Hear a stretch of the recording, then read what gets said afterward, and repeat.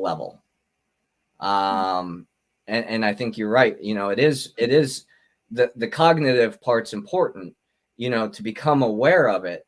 But then once you're aware of it, what action are you going to put behind that to support that awareness? Because information that isn't utilized is useless. Like we can read every book ever created, know everything about history, but if we're not living in a way that is a higher representation, just meaning that it's I don't want to say like judgment better, but like, as we've seen the evolution of human consciousness, I mean, look at how far we've grown in 100 years. Look at how far we've grown in 1,000 years in a lot of ways. Because of that growth, we were focusing on the cognitive part because that feels like we're more in control, and what we forgot was the heart part. And I think that's the balancing. There's a native prophecy, when the eagle and the condor fly together, we will know peace. And that's also seen as the masculine and the feminine coming together as one. That's the yin and yang working as together. It's the unity consciousness that all these ascended masters and all these religions and all these practices came from. But how are we applying it within ourselves to walk that path? Where we can be like the example of Jesus or a Martin Luther King or a Gandhi or, any of these, Mother Teresa or whoever, Eckhart Tolle, whoever we align with on a cognitive heart level. That gives us an awareness, a reflection of what to model ourselves after.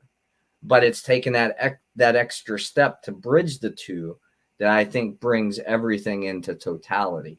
When I used to think life happened to me instead of for me, it's easy to become a victim.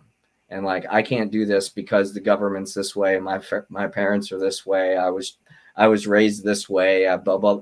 I don't have the money right now. Whatever the reason and logic is, that's the limitation of our belief system. And if we get curious about that and go, well, how can I do that?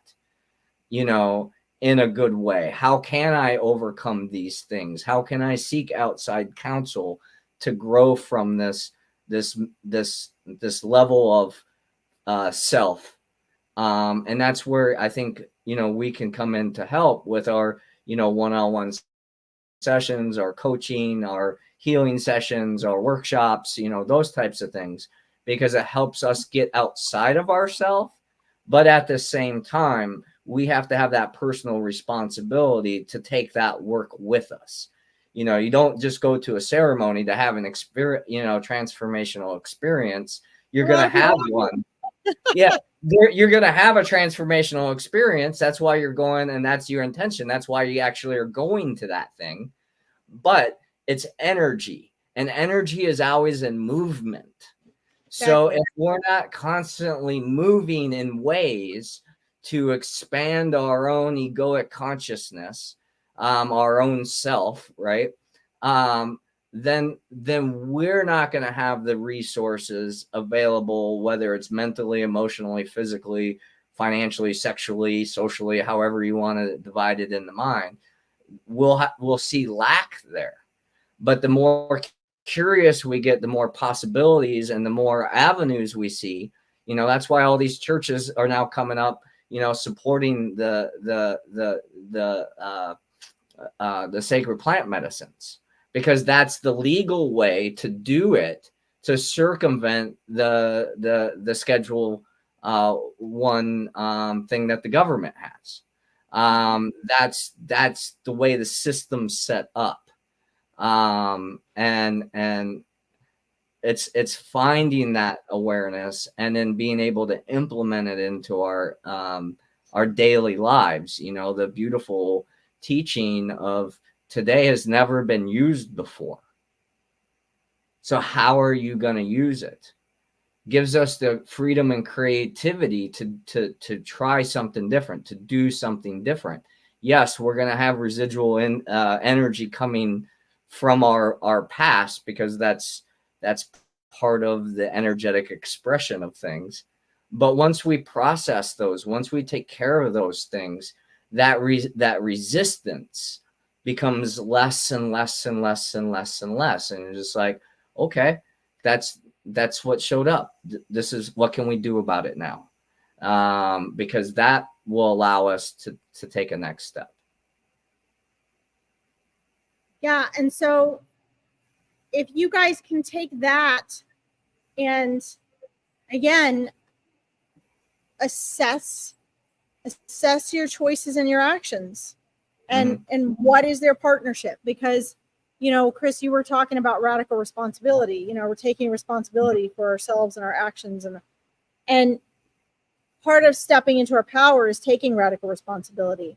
And people often interpret that as blame. It has nothing to do with blame. Blame is an egoic term.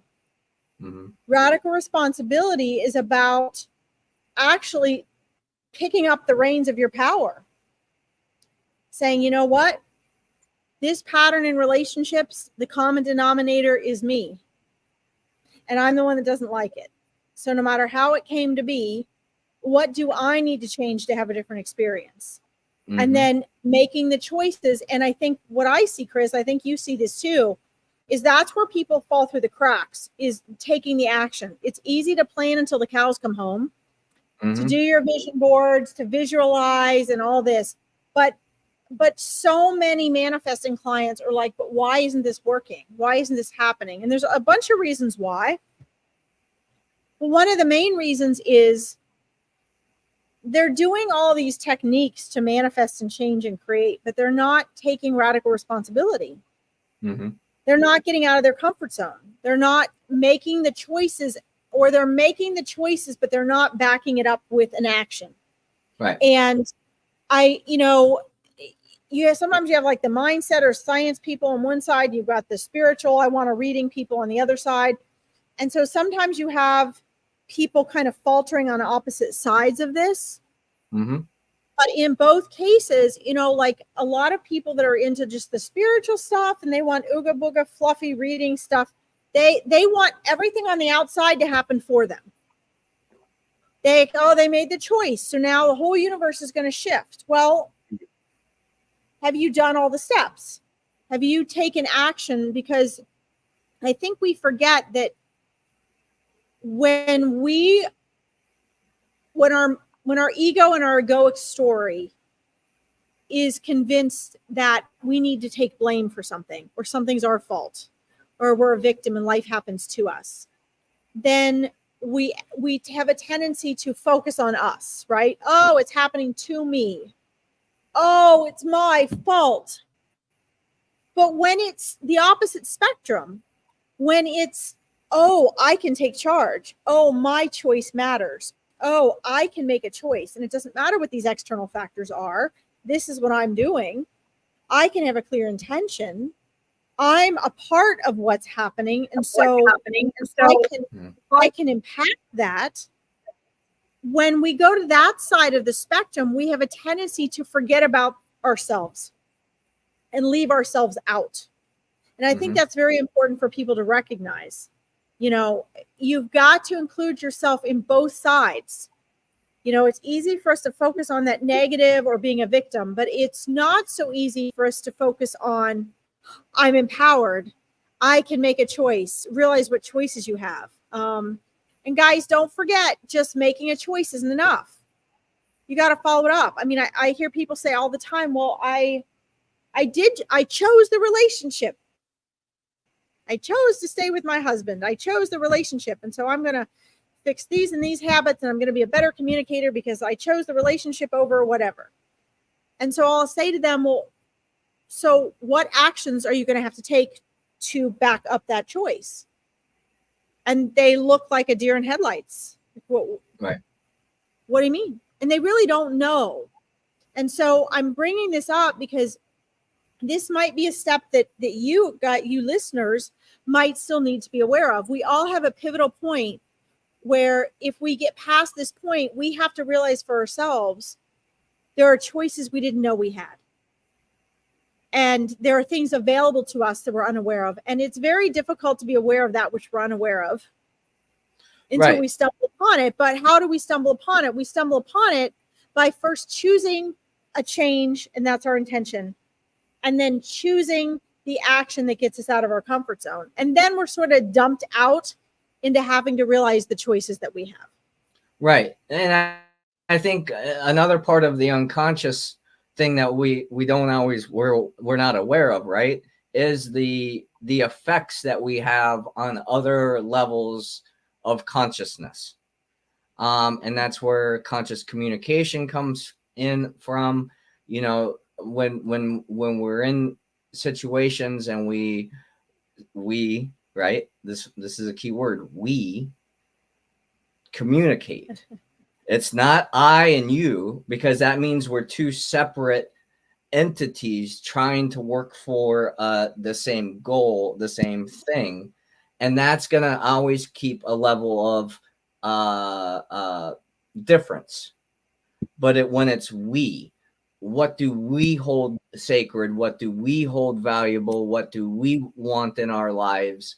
And when we're in harmony with that, we need to be aware of that, be grateful for that, be appreciative of that, communicate those things. And when we're out of alignment with that, we have to be aware of those things. We have to be grateful for those things, and we have to acknowledge those things, because that's the energy wave of our life force, you know. And the more we're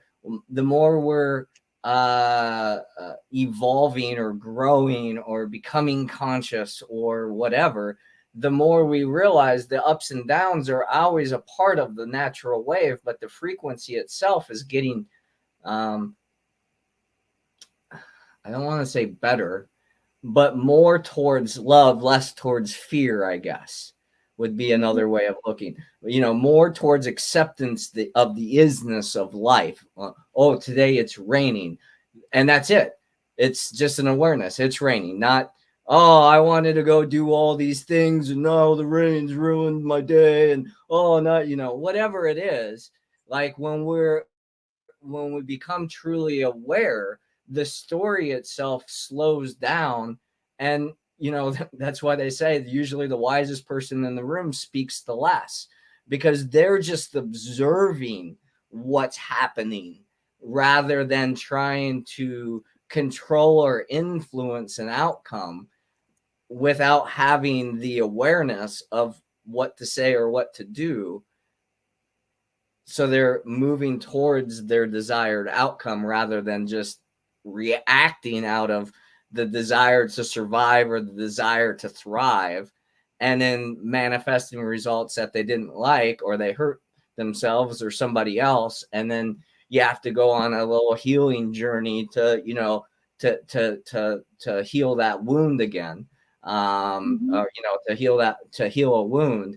So then we come into our wholeness again. We develop our confidence again. We develop our consistency again, because I think most of us in our lives have had parts in our lives where we had that. And that's the hard part of breaking out of the matrix, right? Because, well, we were doing it right back then. Everything was all fluffy and easy, and like I didn't have any adversity, and it was all working, and I had all these results that I wanted. It was wonderful. And then now I'm in this situation where I'm getting these results, and they're not as wonderful. I must be doing something wrong. No, that is like the grounding part. That is the doing the nervous system work. That's doing the body work. That's doing the breath work. That's doing the boots on the ground kind of work, if you will, going out and building a garden or whatever it is. Like, you know, that's part of it. But if you're doing that part and you're just the whole time complaining and you're in a low vibration, oh, I don't want to be doing this. This sucks. It's hot. It's you know, yada, yada, yada, all the bugs, you know, all that kind of stuff. You can still get it done, but it's going to be a lot harder on your energetic being when you're in that vibration. You know, Hi, Natalie. Oh, I forgot to turn comments on. I'm sorry. Oh, that's okay. We've only had one. Hi, Natalie. It's great. We're just cruising along today. We are, but you know, but these things are all really important. I mean, these are all aspects that you guys, you know, we're trying to break down and simplify for you because there's so much out there. There's so much material, there's so much data. It can be hard to sort. There's so many labels. And so what we're trying to do is simplify and break down what a lot of those are so you guys understand what some of the foundational principles are. If you're wanting to, you know, get beyond your struggle and suffering and those habits that are creating that. If you're confused and you're trying to figure things out so you can get beyond the confusion. If you're wanting to become a better manifester, you know, for whatever reason you find yourself unsettled, not at peace, not fulfilled, and unhappy, we're trying to give you guys a simplified foundation, you know, that are both inclusive of our journeys through that path and those we have worked with, because I think it's very easy to get lost. And if you're in a big forest and there's a million trees and bushes and you're like, oh my God, they said, you know, follow the maple trees, follow the birch trees. I don't know what's what. You know, if you can at least, you know, get something clear, you know, such as, you know, like no matter what, as long as you're hearing the creek below, you're fine. No matter what, as long as you can see the peak of the mountaintops on the top, you're on the right path. That's what we're trying to do. Here are those simple things to keep an eye out for, to be aware of, that will be a part of your journey, even though they will take on a unique form for you. Right. Because at the you know, we were talking about a little bit over this weekend about, you know, consciousness is everything. So you can't escape it. You know, and we're all trying to find like the path of least resistance, which creates the most resistance. You know, when we're just able to find acceptance and presence, right, with gratitude and appreciation and, you know, all of those lovely labels that do have meaning when you give them meaning, because the unconditional love of life is unconditional.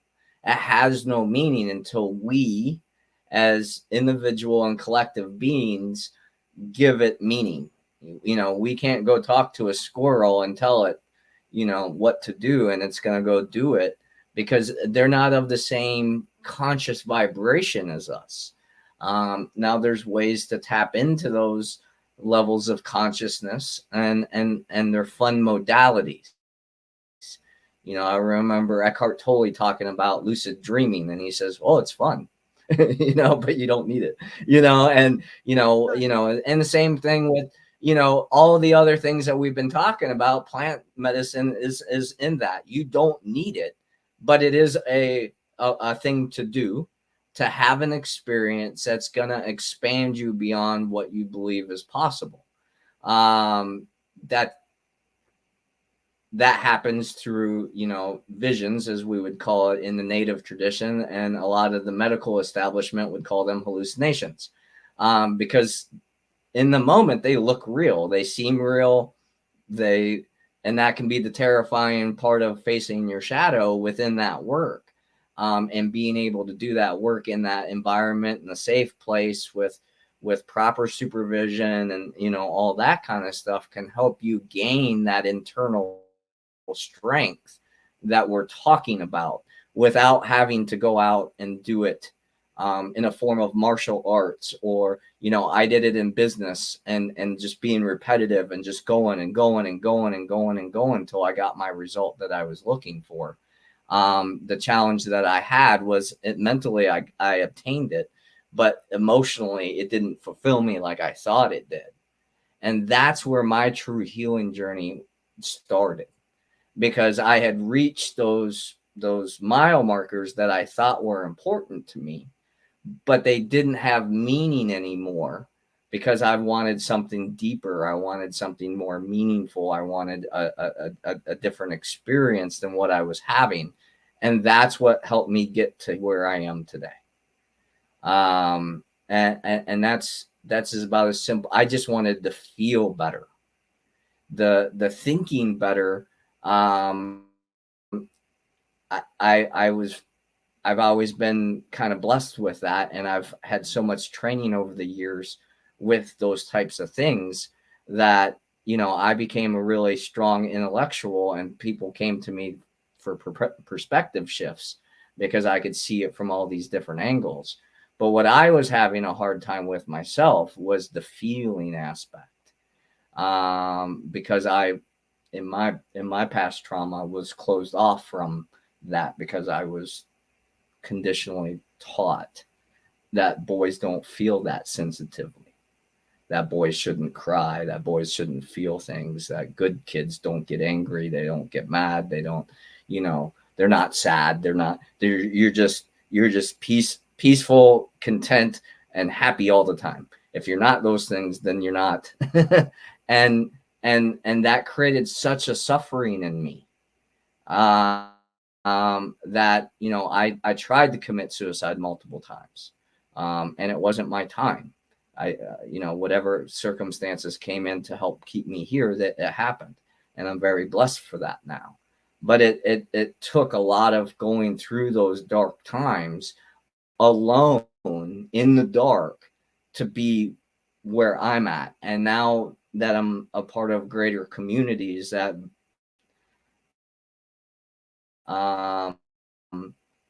have similar philosophies and similar practices, the connection is so amazing, because you can talk about all this stuff, you can share these things, we can share our ideas and our feelings openly, and we can just share them, because sharing is caring. And if it's a safe place to be heard and then reflected from someone else's perspective, then we grow. And I think that's how, as the African proverb says, if you want to go fast, go by yourself. If you want to go farther, go together. Because when we all move as one coherent, aligned organism of energy, we organized energy, right? And however we want to look at that. Hi, Susie. Whether that's business, whether that's a community, whether that's a church, whatever it is, social club, whatever. When we try to do that in a cognitive way together, we come up with better solutions and better practices, because of the diversity, than if we just was here. If that makes any sense. So, and yet we need both, because Right. I think we tend to confuse that with our personal journey and personal path. Right. And I think that, you know, being alone is exceedingly important. Mm-hmm. Understanding that you can share all you want, you can be part of a community here in this world, in this earth, consciously, is important as we contribute, but it is the individual work we do that lends to the collective. And Mm-hmm. so there isn't anything that you think, say, or do or don't do that doesn't have an impact on the collective, whether it be universal consciousness, human consciousness, earth consciousness, your community, your society, your family. You can, you know, any of these levels. But we have to make sure that we don't lose our, you know, as we cross back over onto the other side, one of the first things we realize is we lose our sense of individuality, because we are reconnected with how we are a part of the collective, how we are able to say, oh wow, yeah, if I had gotten in alignment while I was there and working on this project, now I can see how literally the whole universe was behind my back. Mm-hmm. Whereas when we're here in human form, we have trouble seeing that. Right.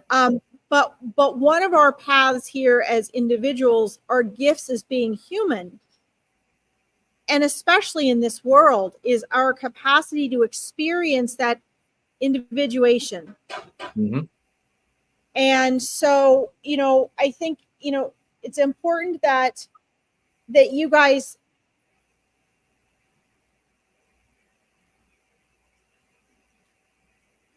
going to be different for each of you, because for some of you, you may use the group or the collective or the community as an excuse not to do the individual part, or you may lose yourself in that. And for others, you might be so sort of isolated into yourself that you have trouble, contributing and participating in the group.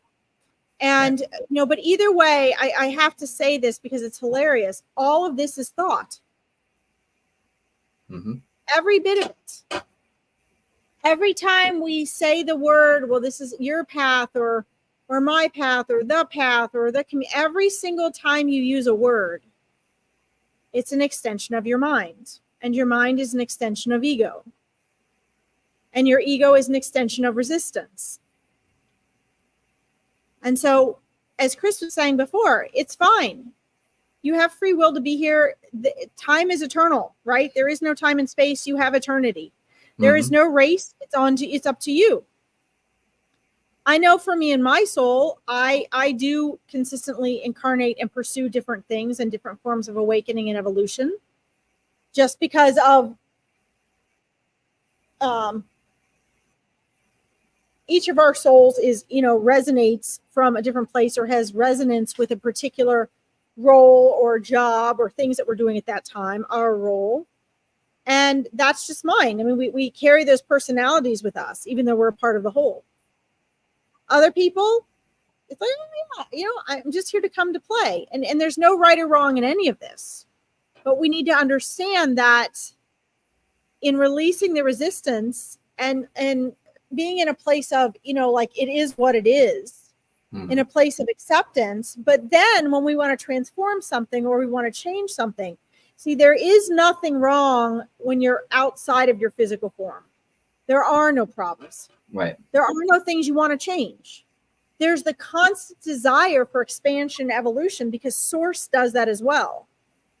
But the only place where we don't even think when we're consciousness. We do not think. Think is like, it would be like a mechanical hand. Here's your real hand. Here's your mechanical hand. Thought is like a mechanical version of your consciousness. So when you're not in physical form, you don't have a brain, you don't have a mind, you're just consciousness. Well, right now you have consciousness, a mind, and a brain. That makes things more complicated. So everything we're actually here talking to you about today includes that realm of mind. You cannot be a conscious living human being and not have an ego. And so, just keep in mind, guys, anything and everything you don't like.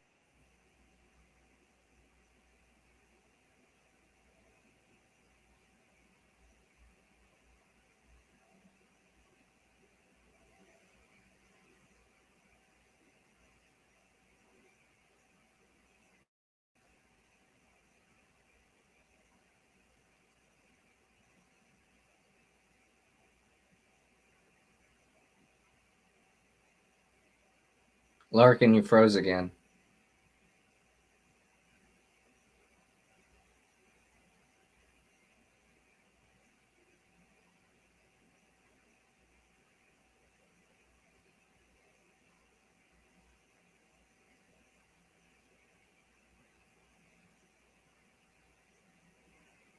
Oh, there goes Larkin.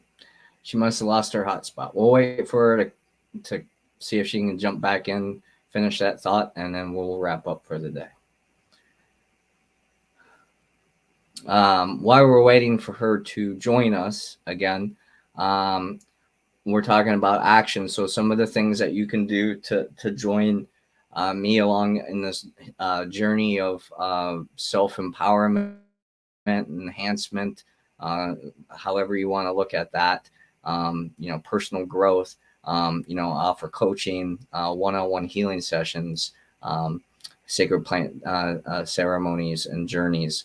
as well as meditation groups and things along that lines. We hold a meditation every week in Newport, Kentucky, that is free to those who want to attend. It's a breathwork meditation that has been really helpful for folks, including myself, to raise their energy vibrations. And that will also help you think in a different perspective, even if it's just for a short period of time. But you can learn about all the things that I do, how to work with me, how to enhance your life and our world, by going to the website enhancingyourworld.com. You can also find me on social media, personally, Chris Alba, and then again the social media channels of Enhancing Your World and the Enhance Your Life show. I know Larkin and I have a prayer sphere planned for this Sunday, which I'm really excited about. And so that's coming up, and you can find all that information on either one of our pages, and how to get registered and things like that. And I don't know if she's going to come back on, so we will just call it a day. Thank you for tuning in. Thank you for being a part of this broadcast. Thank you for your participation and your energy. All your comments and questions and subscriptions and all that stuff is very appreciated. And we look forward to continuing this show as you know, we're finding it's helpful for ourselves and others. So we want to continue this on. So thank you for your engagement. And until next time, continue on, my friends. You know, much love and gratitude for everything you are, for everything you do, and everything you choose to be, from my heart to your heart. And we'll check in with you next week on Tuesday at noon Eastern Standard Time.